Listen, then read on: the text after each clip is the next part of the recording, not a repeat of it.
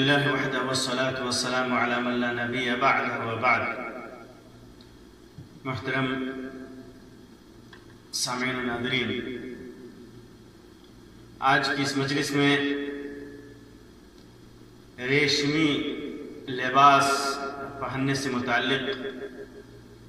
ایک روایت آپ کے سامنے رکھنا چاہتا ہوں، جس سے بہت سارے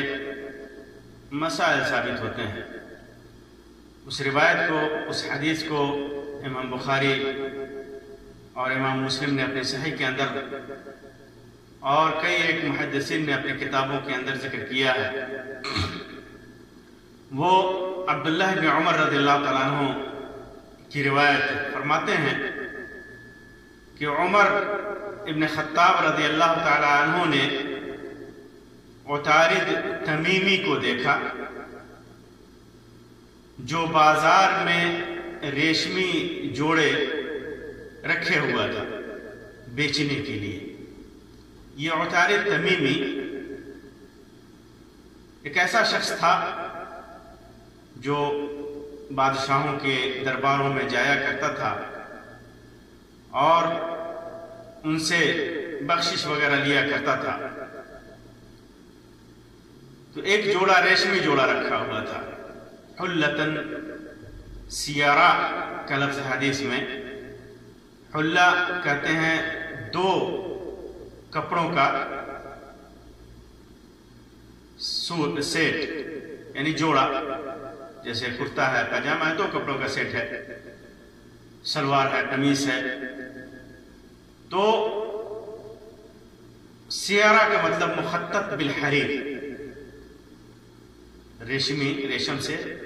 اس کے اندر خط کیا گیا تھا۔ تو عمر بن خطاب رضی اللہ تعالیٰ عنہ نے دیکھا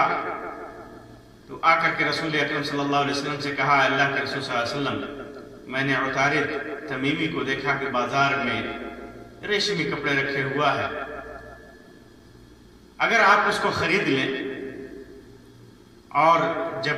عرب کے لوگ وفد کی شکل میں آپ سے ملنے آتے ہیں، ان کے ساتھ جب آپ کا ملنا ہوتا ہے، اور بعض روایتوں میں جمعہ کا لفظ بھی ہے کہ جمعہ کے دن، اور بعض میں عید کے دن کا ذکر ہے کہ ان ایام میں مناسبات سے آپ اس کپڑے کو پہنا کریں۔ در حقیقت وفود جب آتے تھے، یا آج بھی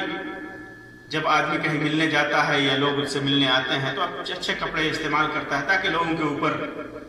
اس کی حیثیت اور اس کے وقار کا اثر پڑے۔ تو اللہ کے رسول صلی اللہ علیہ وسلم نے کو عمر ابن خطاب رضی اللہ تعالیٰ عنہ نے کہا کہ اگر آپ پہنیں گے تو ان پر اچھا اثر پڑے گا، اسلام کی شوکت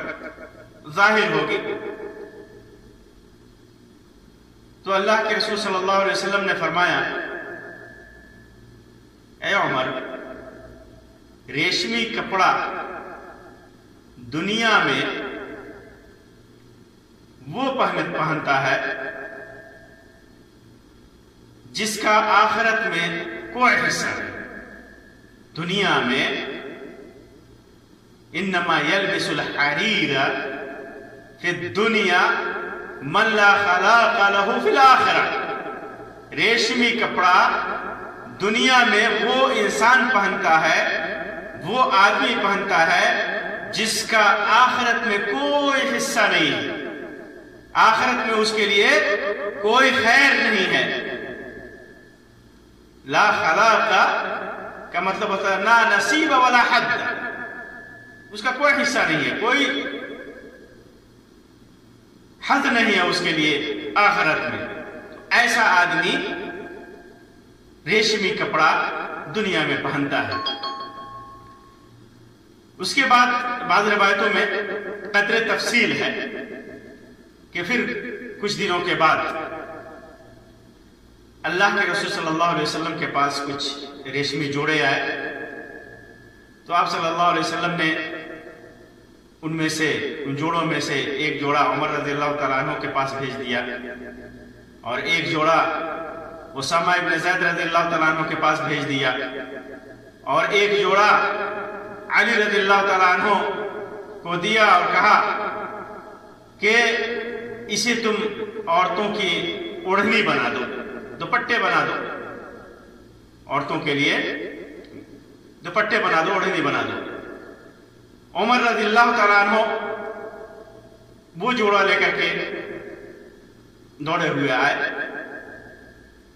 اور کہا کہ اللہ کے رسول صلی اللہ علیہ وسلم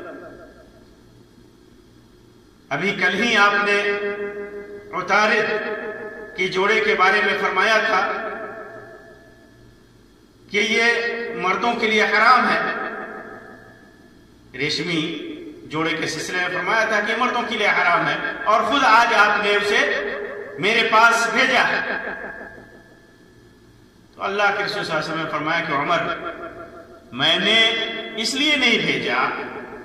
کہ تم اسے پہنو، میرا مقصد یہ تھا کہ تم اس سے فائدہ حاصل کرو، اس سے فائدہ اٹھاؤ، یا تو بیچ لو، مقصد یہ تھا کہ یا تو اسے بیچ کر کے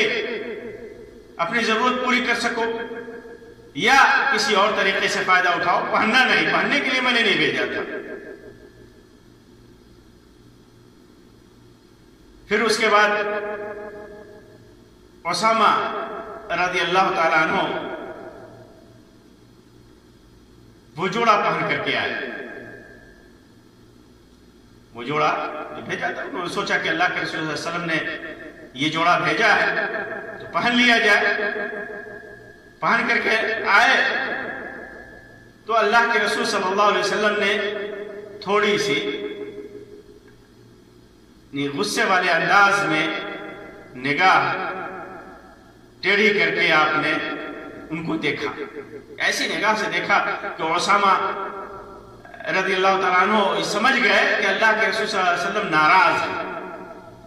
اللہ کے رسول صلی اللہ علیہ وسلم ناراض ہیں۔ کہا کہ اللہ کے رسول صلی اللہ علیہ وسلم آپ کیا دیکھ رہے ہیں، آپ ہی نے تو یہ جوڑا مجھے بھیجا اور میں نے اسے پہن لیا۔ تو اللہ کے رسول صلی اللہ علیہ وسلم نے فرمایا کہ میں نے اس لیے نہیں بھیجا کہ تو خود پہنے، بلکہ اس لیے بھیجا کہ اسے پھاڑ کر اپنی عورتوں کے دوپٹے بنا لو، اپنے عورت کے سر کے بندھن بنا دے، اسے اوڑھنی بناؤ، عورتوں کو استعمال کرنے کے لیے دو، میں نے اس لیے بھیجا۔ اس حدیث سے کئی باتیں معلوم ہیں۔ پہلی بات تو یہ معلوم ہوئی کہ مردوں کے لیے ریشم کا کپڑا حرام ہے، مکمل ریشم کا کپڑا ہو یا اس کے اندر ریشم کی آمیزش ہو، ریشم ملے ہوئے ہوں، اس کا پہننا مردوں کے لیے حرام ہے۔ دوسری بات کا پتہ چلا کہ عورتوں کے لیے جائز اور حلال ہے، عورتیں ریشم کا کپڑا پہن سکتی ہیں۔ تیسری بات یہ معلوم ہوئی کہ ریشم کے کپڑے کا خرید و فروخت جائز ہے، اس کی تجارت جائز ہے، دوسرے طریقوں سے اس سے فائدہ اٹھایا جا سکتا ہے۔ یہ بات بھی معلوم ہوئی کہ ریشم کے کپڑوں کا ہدیہ کرنا بھی جائز ہے، کسی کو دینا جائز ہے، لیکن مرد استعمال نہیں کرے گا، مرد استعمال نہیں کرے گا، بلکہ عورتیں استعمال کریں گے۔ اس ایک بات کا یہ بھی پتہ چلا کہ کسی بھی میٹنگ کے لیے، کسی بھی ڈیوٹی وغیرہ کے لیے، کام وغیرہ کے لیے، یا عید کے دن یا جمعہ کے دن نفیس کپڑے، بہترین کپڑے پہننا جائز ہے۔ عمر ابن خطاب رضی اللہ تعالیٰ عنہ پر آپ نے نکیر کی، اس لیے نہیں نکیر کی کہ انہوں نے کہا تھا کہ عید کے دن یا مناسبات سے یا وفود آنے کے موقع سے آپ پہنیں، اس پر نکیر نہیں کی تھی، بلکہ نکیر ریشم کے کپڑے پہ کی تھی۔ آپ نے انکار کیا ریشم کے کپڑے پر، اور ریشم کے کپڑے کے سلسلے میں فرمایا کہ جو آدمی اسے دنیا میں پہنتا ہے آخرت میں اس کا کوئی حصہ نہیں ہے۔ تو ریشم کا کپڑا مردوں کے لیے حرام ہے، آخرت میں اس کا کوئی حصہ نہیں بنے گا، اور عورتوں کے لیے